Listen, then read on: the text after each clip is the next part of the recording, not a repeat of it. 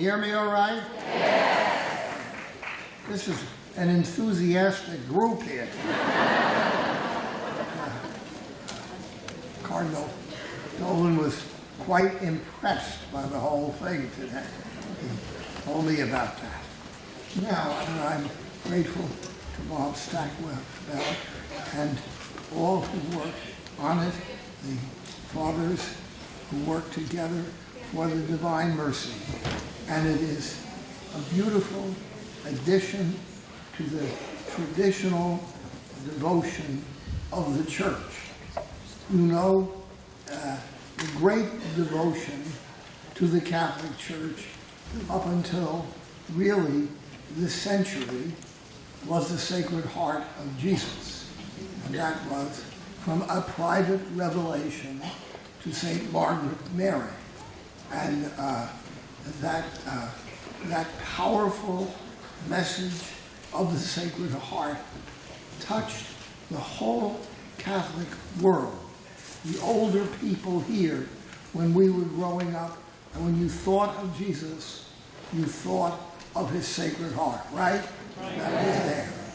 And then we have now moved into a devotion that is really part of the devotion to the Sacred Heart. Because when you see the painting, which is based on the private revelation and vision of St. Faustina, it's the heart. You don't see the heart, but where is the divine light coming from? The heart. And so it is really a continuation of the devotion to the Sacred Heart of Jesus. Now, important point. When that first devotion to the Sacred Heart of Jesus, the visionary, St. Margaret Mary, was aware that those who were devoted to Christ were going to experience suffering. That was part of being a disciple of Christ, is it accepting suffering. Now the fact is that everybody in the world suffers. People that are complete atheists, enemies of religion, they suffer. People of all different religions have suffering. But in Christianity, because the founder, our beloved Savior, carried the cross that he suffered in his life and to his holy death, suffering and the acceptance of suffering became part of Christianity. And most of the other religions of the world, people try to avoid suffering. The closest would be the Jews. In the Jewish tradition, the prophets, the holy people of the Jews, they knew that they were going to suffer. That was part of the whole situation. But it was a kind of avoiding things, and it was a different attitude toward Christianity. In Christianity, did not run away from suffering. It embraced suffering. And the image that is the central image or sign of Christianity is the crucifix, the cross, a place of execution and torture. That's what a cross is about. Sometimes you see a church outside, upside, a golden church cross.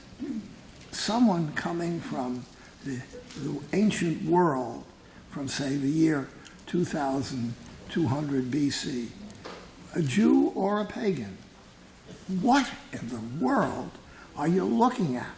A golden cross or a crucifix later on?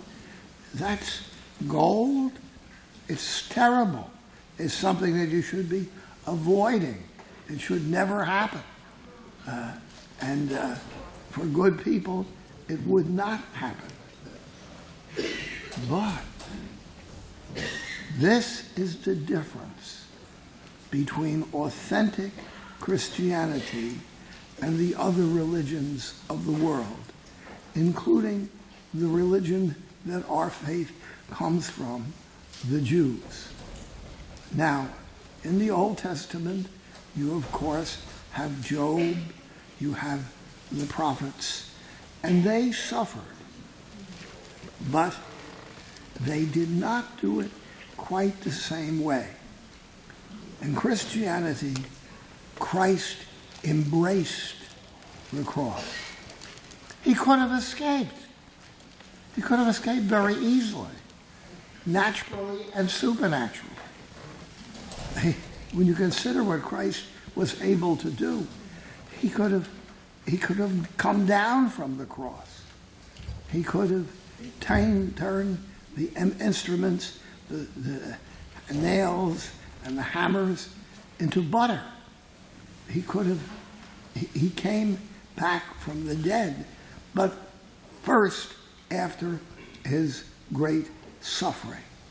So Christianity is a religion of the acceptance of suffering. Now, some of the older people here would remember that those who went out looking for building their own crosses. Oh, some of the old people would know people, they were busy building their own cross. Makes things worse, Cheer up, things will get worse. And they cheered up, and things got worse.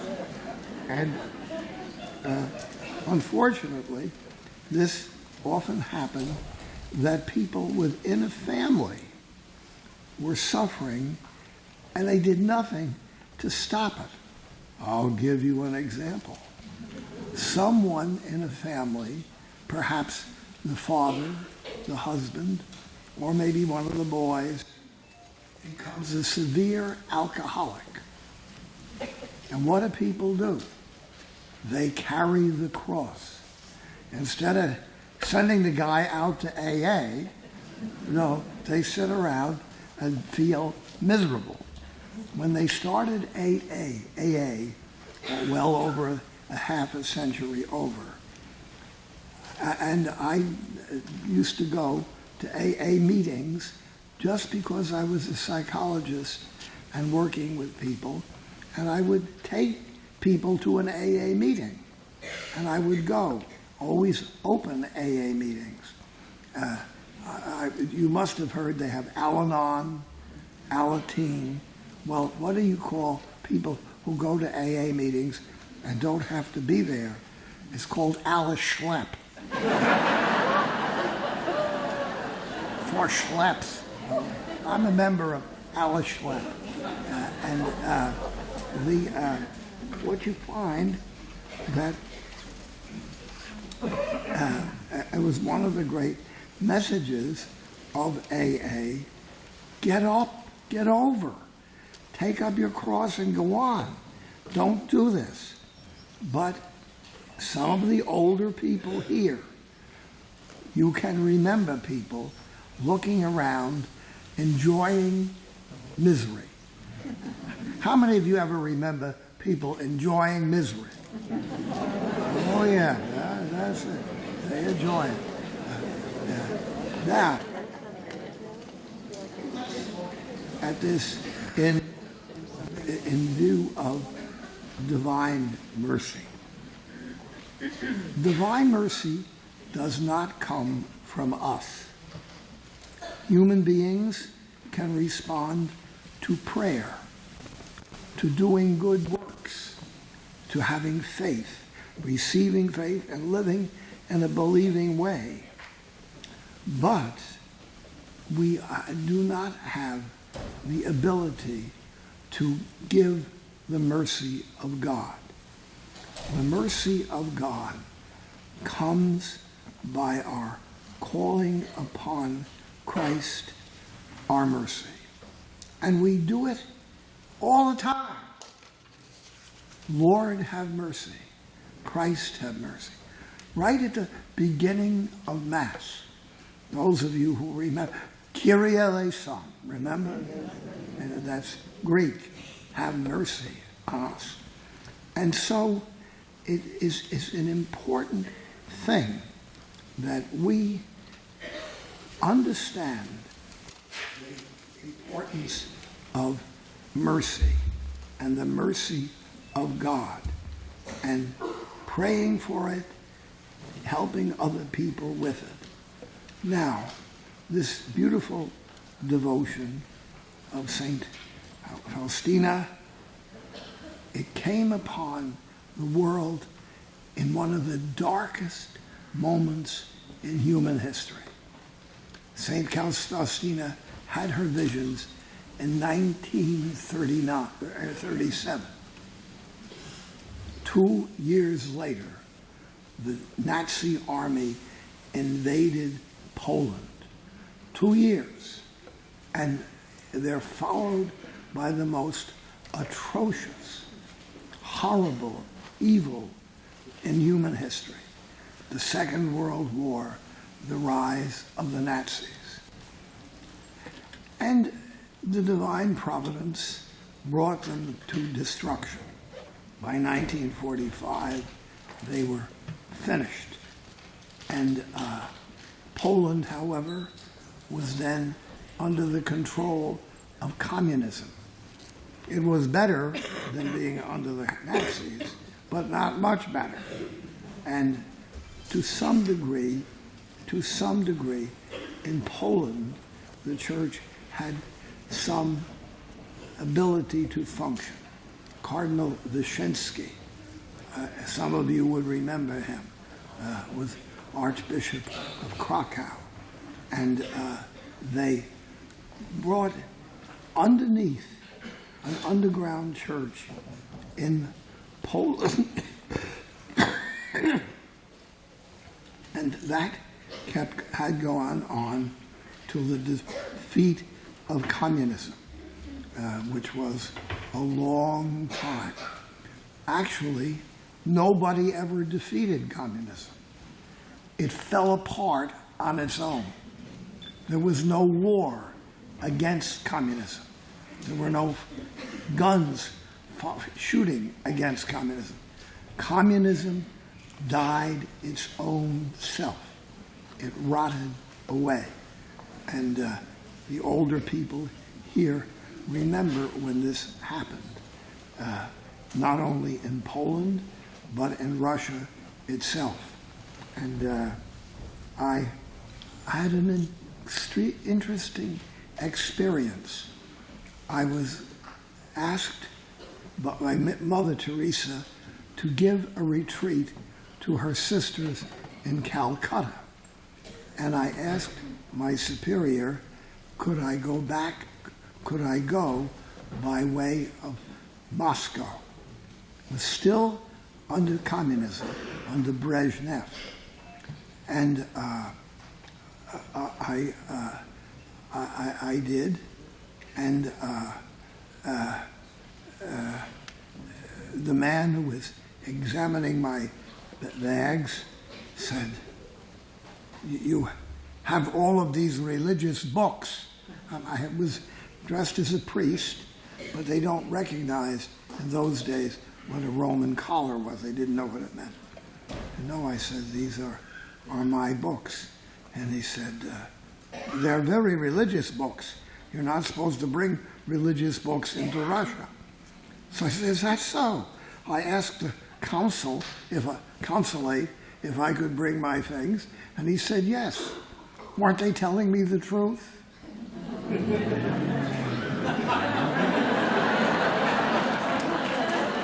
So, as I got finished up, the guy said, "This inspection is over. Thank God." And it was very interesting because I then put on my habit and I walked through the streets of Moscow. And large numbers of people greeted me in Russian, Otchets, Father. And interestingly, at the shrines, which were then no longer functioning as churches, but museums, I was there in the cathedral right in the Moscow, and the lady didn't recognize what I was my black suit at that point. I was going to walk up by the altar, and she said, "Oh, only a priest is allowed to walk up there." Here we are in Russia. And of course, not long afterward, things fell apart. This is what happens to the enemies of God, the enemies of Christ. They fall apart. They often, we don't directly fight with them. The church, or the Catholics, did fight in the Crusades, and they didn't win. The Muslims running the Near East for centuries. The Crusades was a flop, despite the fact that some of the Crusaders were saints, St. Louis. In this time we live in, America is on the edge of a very dangerous time, a time of secularism, of high-class worldliness. Now, it must be said, in honor of the old Protestant founders of the United States, they were all, except a few in Maryland, they were all Protestant. They started a country that did not have a formal established church like the Anglican Church or the Congregational Church. But religion is there, always. Every president of the United States was sworn in on a Bible. And in Congress, there is prayer every day by the chaplain at the beginning of Senate or the House of Representatives. The spirit of religion is around. In the United States, about 1/3 of the people go to services, to church or synagogue or temple once a week. Once a week. There's another third goes several times during the year. Those Catholics that go to, Christmas, Easter, Palm Sunday, 4th of July, and funerals. And then there's 1/3 that doesn't go, but they are not identified as atheists. Atheism is a flop in the United States. 4 or 5% of the Americans identify themselves as atheists, and maybe a little bit more are agnostics. They're confused. They don't know. But the vast majority are religious people. And this is very good for our country. Don't think badly of the United States. In Europe, there are still a couple of countries that are officially Catholic, and they're not doing too well. In terms of the church. Spain is officially a Catholic country, but far more Catholics go to Mass in the United States than in Spain. Now, let's see, what are we supposed to be doing?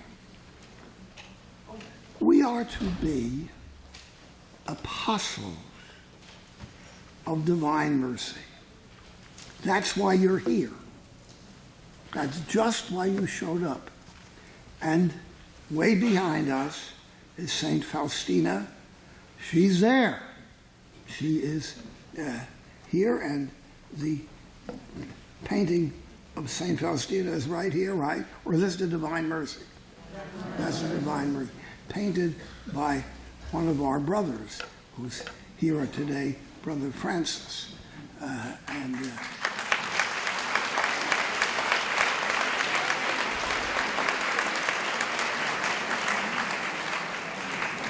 That's what you call a mystical painting. It's an image that was not seen in this world. It was seen from the other world. It's an image that is part of a divine revelation. St. Faustina described what she had seen, which was a message. It was a vision. Now, you're stuck. You're stuck with divine mercy. How many? Does everybody believe in divine mercy? Yes. Everybody's here. But if you thread through the streets and ask many people in Midtown Manhattan, do you believe in God's mercy? The vast majority of them would say yes, but they don't quite know what they're doing. You are, watch out for this word, apostles of divine mercy, and live up to it by showing it by those who need mercy, the sick, the elderly, the rejected, the alone. And look around. There are loads of people around who need mercy of God showing in their lives. Many are very poor, but many are not poor. Some, perhaps right here today, are a couple of people know that they are terminally ill, and their family and friend may know it. They are people who need the expression of divine mercy, the reassurance of God's mercy. Sooner or later, we are all getting ready to go home. And some of us are pretty old, and I'll be honest with you, I'm looking forward to going. I started out in Jersey City, and it's always moving in the right direction. And I'm not even afraid of purgatory, because if you've been to Jersey City, it looks like it.